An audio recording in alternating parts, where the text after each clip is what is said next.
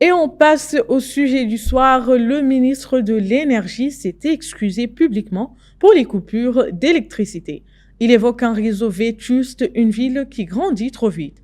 Mais est-ce suffisant pour rassurer des citoyens plongés chaque soir dans l'obscurité? Le problème est-il technique ou systémique? Et comment parler de transition énergétique quand la lumière manque pour y croire? Et pour en parler en ligne avec nous ce soir, M. Khalid Diallo, député. Bonsoir, Monsieur Diallo. Bonsoir, je vous salue et je salue l'ensemble de vos téléspectateurs qui regardent avec nous TTV. Le mea culpa du ministre vous paraît-il suffisant pour apaiser les tensions? Par rapport aux coupures d'électricité, moi je pense que même si le ministre de l'Énergie a exprimé ses regrets, cela n'est pas une solution. Oui, il le regrette, mais qu'est-ce qu'il propose? Qu'est-ce que le département propose? Qu'est-ce que la Somelec, la Société mauritanienne d'électricité, nous propose? Aujourd'hui, on sait que tout le matériel, le matériel électroménager des maisons, des familles, beaucoup de gens perdent leur ration alimentaire, beaucoup de gens perdent leur frigo, leur matériel électroménager se gâte à cause des coupures intempestives dans nos quartiers.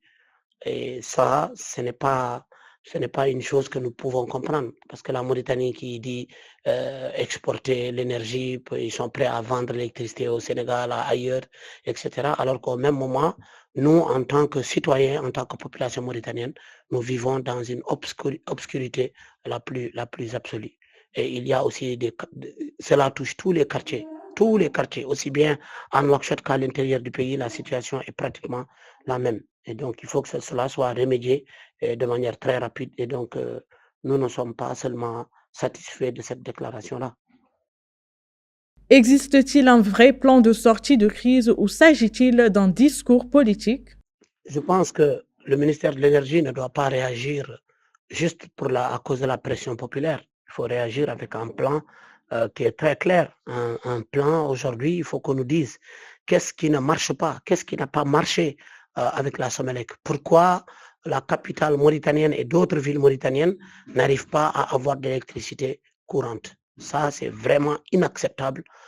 C'est aussi valable aussi pour Nouadhibou, pour Zoérat, où il y a des coupures de courant un peu partout, j'ai dit, dans le pays. Néma, c'est encore pire, c'est la catastrophe là-bas. Et donc, je pense qu'il nous faut un plan très clair pour tous les Mauritaniens et une solution très rapide à cette situation. On ne peut pas continuer à colmater. Il faut que le colmatage que le gouvernement mauritanien fait dans l'électricité s'arrête. Et quel est l'impact de ces coupures sur l'économie et l'investissement? Dans la mesure où l'électricité coupe tout le temps, on ne peut plus parler d'économie. Parce qu'aujourd'hui, on sait que toutes les grandes entreprises qui sont établies chez nous, même les petits vendeurs de poissons, le vendeur de légumes, les vendeurs partout pour stocker les poulets que vous importez, pour stocker beaucoup de choses, les boucheries, etc. Donc aujourd'hui, on sait qu'il n'y a pas d'attraction économique possible sans électricité. Ça, c'est quelque chose de très clair.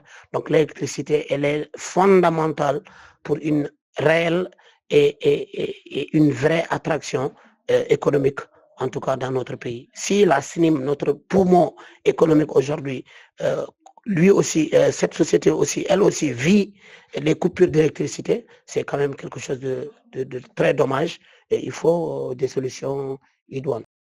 Quelles conséquences pour les petites et moyennes entreprises et les secteurs dépendants de l'électricité? Pour les PME qui nécessitent l'électricité, l'impact, il est immédiat. Quand les PME qui travaillent, les petites et moyennes entreprises qui travaillent avec l'électricité, qui dépendent de l'électricité à hauteur de 90% pour pouvoir être compétitifs et produire, mais si elles n'ont pas l'électricité, c'est quasiment leur inexistence qui est mise en question. Donc les PME, comme tout le monde, vont souffrir. Et il faut encore une fois, comme je l'ai dit plus tôt, remédier à ce problème le plus rapidement possible. Peut-on estimer les pertes dues à ces interruptions dans les filières productives? C'est impossible aujourd'hui de chiffrer les pertes subies parce que au niveau des menuiseries, au niveau de la pêche, au niveau de l'industrie, au niveau des chaînes de froid et de conservation, les pertes sont immenses. Mais avant d'aller dans les pertes des chaînes des entreprises, regardez les familles moyennes et les familles démunies, et même les familles riches qui même leur provision de rations alimentaires se gâte et ils sont obligés de mettre à la poubelle. Donc, imaginez maintenant à l'échelle encore plus grande au niveau des industries et des entreprises, la catastrophe, elle est tout de suite là devant vous. Donc, il faut que le ministère de l'Énergie prenne en tout cas une solution rapide et que ça ne soit pas que des promesses que nous allons régler le problème, et le problème continue d'être récurrent. À un moment donné, il faut dire stop et il faut que ça s'arrête. L'infrastructure actuelle peut-elle supporter les ambitions industrielles du pays? L'infrastructure énergétique actuelle ne peut pas et n'est pas capable de soutenir les projets industriels d'envergure que promeut l'État. Et ça, ce n'est pas moi qui le dis. C'est le ministre des Mines lui-même qui est venu à l'Assemblée nationale qui nous a dit que c'est impossible d'industrialiser parce qu'en termes d'énergie, la Mauritanie ne peut pas encore couvrir les besoins.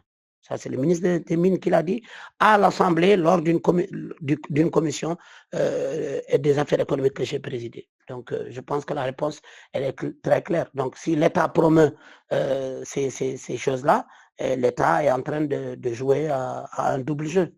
L'État sait qu'il ne peut pas couvrir les besoins énergétiques industriels et se met à promouvoir des projets immenses. Je pense que c'est juste la charrue avant les bœufs. Et pour finir, Monsieur Diallo, quelles solutions urgentes recommandez-vous pour stabiliser le réseau?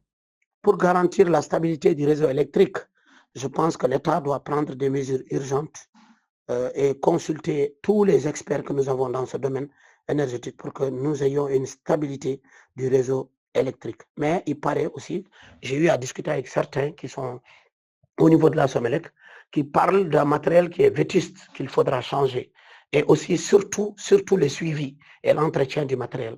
Aujourd'hui, nous savons que au niveau de la Somelec, il y a des gens qui sont là, qui veulent fournir l'effort, mais il n'y a pas réellement encore un plan clair du ministère qui nous permettra en tout cas de stabiliser notre réseau électrique. Je pense que les mesures les plus urgentes doivent être prises et ça, les experts qui regorgent dans notre pays doivent être mis à contribution pour pouvoir permettre à notre pays en tout cas de sortir de cette crise énergétique en termes de réseau électrique.